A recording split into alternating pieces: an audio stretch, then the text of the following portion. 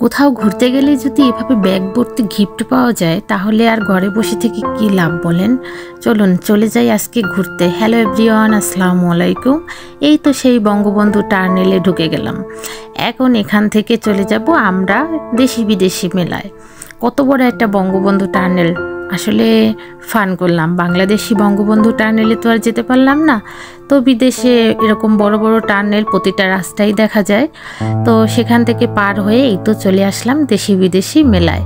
আসলে এইখানে হলো প্রত্যেকটা দেশের খাবার নিয়ে আয়োজন। এখানে বাংলাদেশ থেকে শুরু করে যতগুলো দেশ আর কি দেশের মানুষ কোরিয়াতে আছে তারা সবাই এখানে মেলার মতো আয়োজন করছে। আর এটা হলো ইয়ংইন সিটি কর্পোরেশন থেকে এই আয়োজনটা করছে। এখানে প্রত্যেকটা দেশের খাবার সবাই স্বাদ গ্রহণ করতে পারবে বিনামূল্যে, মানে এখানে কোনো টাকা পয়সা কিছুই লাগবে না। আপনি শুধু স্টল ঘুরে ঘুরে প্রত্যেকটা স্টলে নাম লিখিয়ে তারপর খাবেন। তো আমি তো এই যে ইন্দোনেশিয়ান স্টল দেখে এখানে চলে আসলাম, কারণ জানি ইন্দোনেশিয়ান খাবার অবশ্যই হালাল হবে, কারণ ওরা তো মুসলিম। তো এইখানে এটা রোলের মতো দেখে আমি নিলাম।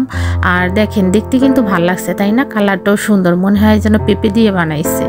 আসলে পেঁপে না, এটা মূলত রং ব্যবহার করছে মেবি, কিন্তু এটা খেয়ে বুঝতে পারলাম এইটা হলো আমাদের বাংলাদেশে পুলি পিঠার মতো।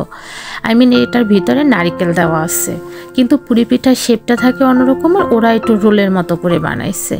যাক, সর্বোপরি ভালোই ছিল, খারাপ লাগে নাই। তারপর এটা একটা ভিয়েতনামি স্টল, আর ভিয়েতনামি স্টলে ওরকম খাবার কিছু দেখলাম না, কিন্তু ওরা ওদের মানে দেশের কিছু ফল ফ্রুট এখানে দিয়ে রাখছে, যেগুলো একদম বাংলাদেশের সাথে পুরোটাই মিল। আমাদের বাংলাদেশি ফল ফ্রুট আর ভিয়েতনামি ফল ফ্রুট কিন্তু একদম একই রকম। আমরা প্রায় কিন্তু ভিয়েতনামি দোকান থেকে অনেক সবজি ফল ফ্রুট কিনি, বিশেষ করে ম্যাঙ্গো কিন্তু ভিয়েতনামে পাওয়া যায়। তারপরে এই তো এখান থেকে একটা জুস নিলাম, এটা বেশি একটা খেতে ভালো লাগে নাই। তারপরে ঘুরতে ঘুরতে এখানে খুঁজে পেলাম বাংলাদেশি একটা স্টল।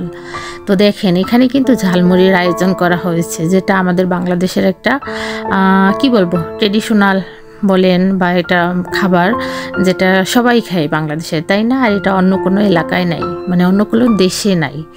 তো যার জন্য এটাই আয়োজন করা হয়েছে। আর এখানে কিছু বাংলাদেশের ঐতিহ্যবাহী জিনিস, যেমন টাকা সবার আগে, যার সাথে কোনো দেশের মিল নেই। তারপরে এখানে যে কুলা ছিল, তারপরে যেগুলো আর কি দৃশ্যমান জিনিস, ওগুলাই এখানে রাখা হয়েছে। আর আমি তো এই ঘুরতে ঘুরতে আমার এই পিঠা খাওয়ার সময় খুঁজে পাচ্ছি না, তাই এখন একটু পিঠাটা খেয়ে নিচ্ছি। সত্যিই কিন্তু মজার ছিল। এখানে তো ইহানের বাবা বাংলাদেশি স্টল থেকে ঝালমুড়ি নিয়ে আসছে, তার তো ঝালমুড়ি দেখলে একদম না খেলে চলবেই না, খেতেই হবে এমন একটা অবস্থা। তো আমিও একটু খেলাম, অনেক ভালো ছিল, অনেক মজার ছিল। এটা কিন্তু ভাইয়েরা এখানে স্টল নিয়ে বসছে, মানে অনেক ভালো ঝালমুড়ি বানাইছে। আর এদিকে কিন্তু অন্য অনুষ্ঠানও হইতেছিল, মানে বিভিন্ন দেশের প্রোগ্রাম হইতেছিল, পরিচয় করাই দিতেছিল তাদের পতাকা সহ। এক এক দেশের পতাকা তো এক এক রকমের, টাকার মুদ্রা এক এক রকমের। তো যাই হোক, অবশেষে একটা পাকিস্তানি স্টলে চলে আসলাম। আর এখানে খাবার নেওয়ার জন্য বিশাল বড় লাইন, মানে এদের খাবার প্রস্তুত করতে লেট হইতেছে, আর এদিকে লাইন ধরে মানুষ দাঁড়াই আছে এই খাবার খাওয়ার জন্য। আমিও কিন্তু এখানে দাঁড়াইছিলাম। আর দেখেন এখানে কিন্তু অনেক বাংলাদেশিও আসছিল, অনেক বাংলাদেশি। আর এই তো আমি কিছুক্ষণ দাঁড়াইছিলাম, এখন ইহানে বাবাকে দাঁড় করে রাখছি। আসলে অনেক রোদ ছিল ওই দিন।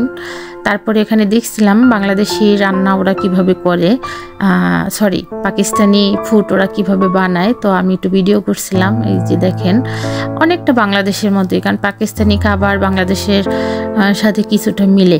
ওরাও তো মুসলিম, আমরাও মুসলিম, তো ওদের খাবার খেলেও অসুবিধা নেই। আর এখানে কিন্তু ভলান্টিয়াররা তাদের ঠিক মতন কাজ করতেছে। দেখেন ওরা এতটা কেয়ারফুল, এত মানুষ থাকা সত্ত্বেও চারপাশটা কিন্তু অনেক পরিষ্কার, কোনো ময়লা নেই। আর এই তো আমি পাকিস্তানি এটা কি শর্মা মেবি, এটা নিয়ে আসলাম। এখন আমরা তিনজনে তিনটা নিয়ে আসছি, অনেক মজা করে খাইছি, ভালো লাগছে। আর এদিকে আমার ছেলে এখানে একটা স্টলে এটা শেখানো হচ্ছে, কেউ যদি হঠাৎ করে হার্ট অ্যাটাক করে তাকে কিভাবে সুস্থ করতে হবে। তো আমাকে আর ছেলেকে এটা শিখাইলো, তারপর একটা গিফটও দিয়ে দিল। এখানে ইহান কি গিফট পেল আমি বাসায় গিয়ে আপনাদের সাথে শেয়ার করব। শুধু এটাই না, আরও কিন্তু অনেক গিফট পাইছি। তো যাই হোক, অনেকগুলো স্টল ঘুরলাম। তো এরপরে চলে আসলাম এখানে মেহেদি পড়ার জন্য। এটা দেখে আমি বসে পড়লাম মেহেদি পড়তে। অনেক বছর তো মেহেদি পড়া হয় না, তো এটা দেখে কেন যেন মন চাইলো একটু মেহেদি পড়ি। আর এই তো ছোট্ট করে, আসলে এখানে অনেক মানুষ তো, তাই এত বেশি মেহেদি দেওয়ার টাইম নেই, অল্প করে ও মেহেদি লাগাই দিতেছে। আর ওর সাথে কথা বলছিলাম, ও এত সুন্দর, কি বলবো, পাকিস্তানি কিন্তু এখানে কোরিয়ান মানুষ বিয়ে করছে। আর অনেক সুন্দর করে মেহেদি পড়াই দিচ্ছে। অবশেষে আমার ছেলেকেও পড়াই দিল, আর ওর সাথে গল্প করে কিন্তু অনেক ভালো লাগছে।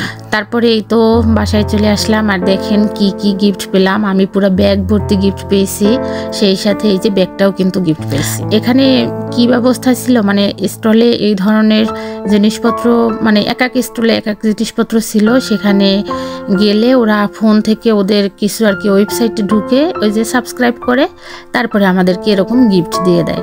আর এই তো এখানে পেন থেকে শুরু করে মোজা, তারপরে পেস্ট, ব্রাশ, টিস্যু, কি নেই, মানে আমি অনেক কিছুই এখানে গিফট পাইছি। এক একটা স্টলে এক এক ধরনের জিনিস ছিল। তো এখানে সব থেকে দামি গিফট ছিল এটাই, এই যে পাওয়ার ব্যাংক। আমি এটা পেয়ে আসলে খুশি হয়ে গেছি, কারণ এমন একটা ছোট পাওয়ার ব্যাংক আমার দরকার ছিল। সচরাচর কোথাও যাওয়ার জন্য বড় পাওয়ার ব্যাংক নিয়ে আমার যেতে ভাল লাগে না, আমার কাছে একটা বড় আছে, তো এটা পেয়ে আমি খুব খুশি। তারপরে এখানে অনেকগুলো পেন, আর এই তো মোবাইলের পিছনে যে বোর মতো লাগায় ওইটা, তারপরে এখানে যে মোবাইল মোছার জন্য যে ইয়ার মতো থাকে ওইটা, মানে এখানে অনেক কিছু, মানে ছোট ছোট জিনিস, কিন্তু এগুলো প্রয়োজনীয়, অপ্রয়োজনীয় কোনো জিনিস না, তো এর জন্য ভালো লাগছে। তারপরে এই যে ইহানেকে যে শিখেছিল বললাম, এটা দিয়ে দিল আমাদেরকে। এটা বাসায় ও ট্রাই করতে পারবে। তো আপনাদের কেমন লাগলো ভিডিওটা অবশ্যই কমেন্ট করে জানাবেন। আল্লাহ হাফেজ।